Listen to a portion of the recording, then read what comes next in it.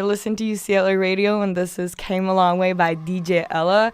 So I have the creators of Madhappy today with me, and we're going to continue our talk on mental health, happiness, their brand, and how they like put it out to the world. So we talked a lot about like mental health, but I think we should like transition to happiness too, because I think your clothes like it's very related to how like people wear it, and like Mad Happy, the name, and like the happiness, like spreading that to the world. So how do you think you kind of like put that message out there as well? Sure. I mean, through the clothes, I think, we're putting out happiness with the colors that we choose. So a lot of the colors that we choose are bright colors that make, people feel good. When you come into one of our pop-ups, they're very bright. All of our employees are extremely friendly.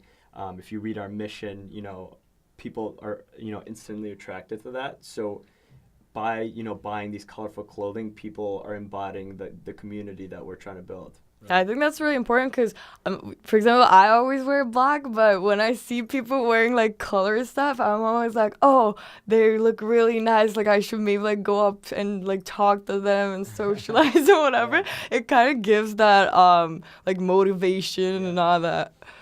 For sure. Yeah, no, that's a good point. I think our thing is just trying to make people feel confident about what they're wearing. So, like, of course we have the colors, and we know that's not for everyone. So, like, you could still wear a black Mad Happy hoodie, but, it still says Mad Happy, and you're still standing for something when you wear it. So that's kind of the point, right? We're trying to create a brand around, doing your best and, trying to make the best of the situation. And we know obviously happiness is on a spectrum, and not everyone's happy all the time. But I think the clothes, you see someone else wearing it, and you feel like-minded community and sense of like camaraderie between people. So I think that's what's important about our clothes. Yeah, it's like we're from the same group. Yeah. Yeah, for sure. And so what makes you guys happy? Like when you were like creating this brand, obviously like when you think about happiness, like you thought about what makes you happy and kind of like try to integrate that into the clothings. So what makes you happy? Yeah, for sure. I think for us, it was about taking a step back. We're all at different points in our lives. I was telling him like during the break, like I was working in New York in investment banking, and just by chance I happened to get sick and come back home to LA for a couple weeks and decided not to go back. I just felt like, it was kind of a sign. And a couple weeks later, we started Mad Happy. Yeah, definitely. So that's kind of by chance that happened. And for us, it's just like trying to let life play out. And of course, we're trying our hardest. We want to create a huge company. We want to have time with our friends. We want to be able to go on vacations. We want to do all these things, and we know that through time we'll be able to do those. But right now we're just focused on making Mad Happy as big as we can, and that's like for us what makes us happy right now. Yeah, and I feel like with these type of businesses, it's so like, because you said that we wouldn't like go on to vacations and stuff, because it's such a business that you could like do it like when you're on vacation or whatever, because it's kind of like when I said like lifestyle, it's kind of like that, like it's a part of your life now, and wherever you go, it doesn't really feel like, for example, like with investment banking and stuff, like you go there, you'll be like, you know it better than I do, like it's Definitely. yeah. I think the community that we're also building just makes us so happy to like know that we're trying our hardest to create a community and a stage where people can feel comfortable coming to our website. We have a new website coming out with a blog that's going to have resources and interviews from all different people, therapists to celebrities to influencers that are going through mental health issues. So that social impact part of our business makes us very, very happy and proud of what we're doing every day. It's not really about the apparel. It's more about the community and everything, in between there. That's by the way a really good point, that like how you share other people's experiences, because that's probably like it's not like you have to understand other people's point of view to like learn about something like happiness or mental health, because there wouldn't be a better example than that. But like in this age where we're like deep down on social media, you tend to like forget about like what's real and what's not, because Exactly. things can be really misleading, and the amount of content that's out there is really overwhelming. So I just want to like have your guys' perspective on how to stay present when we have all this like content and everything going on. Yeah, it's a great point. I think like you said, there's so much information. There's too much information. There's a new show every week. There's a new movie. There's all this stuff on social media. And I think, from a lot of standpoints, like, when you go on someone's Instagram, it's like the best stuff of their life. You think, wow, this person, like, nothing goes wrong for them. Like, they're in this place and this place. So, for us, it's trying to take a step back and, like, kind of try to take those same people that, people look up to, whether it's someone we collaborate with or just someone that we feel like fits the Madhappy message well, and, like, do a profile on them on our website and just be like, these are the struggles they go through, and ask them questions that no one's asked them in an interview before. And, people, we know what people like. It's like if your mom tells you that you should, meditate, you probably won't listen. But if this, this famous person or this person that you look up to, says that this has helped them and has gotten them through a lot of different mental health issues throughout their life, then you're probably more likely to listen. So we're just trying to cater to the audience we have today, and everyone, needs to hear about what's new.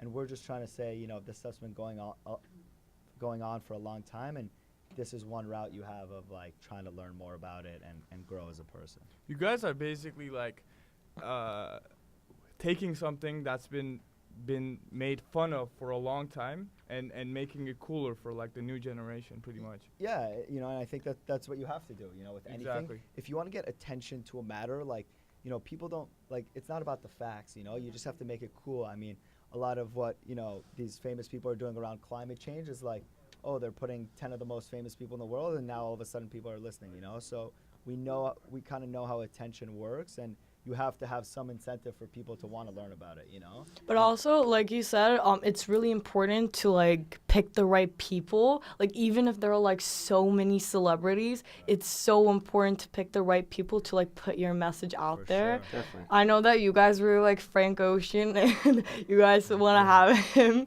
like, wear the clothes. So I think, for example, like, that would be amazing, because him, like, you guys could talk more about it, obviously, like, his personality and his, like, brand as an artist, it really matches with your brand, I think, because it's really putting the creativity out there and not, like, kind of, like, showing off with, like, what you have or what you can do. Sure. And I'll ask this real quick in that case.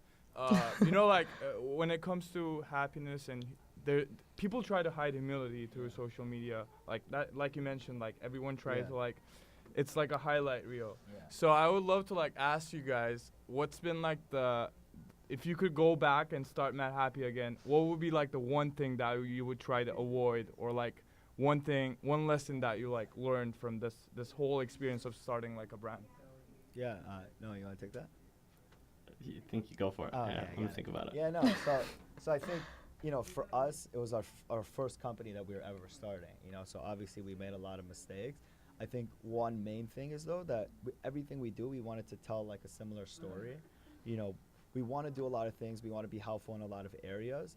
But I think right now, because we're so young, we're just trying to remain focused on, okay, everything has to make sense and has to be around this mental health topic that we've chosen.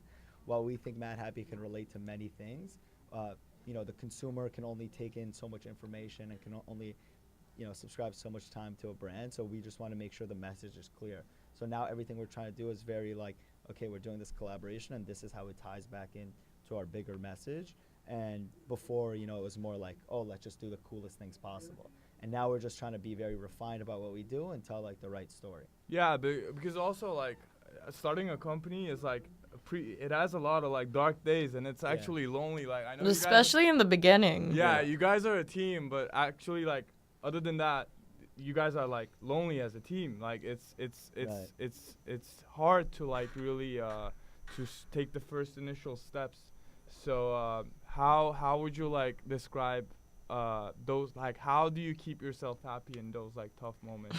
Yeah, no, Definitely. I mean, I think, we're so passionate about what we were doing that, there still are so many hard days and so many dark days with, this nature of, a startup.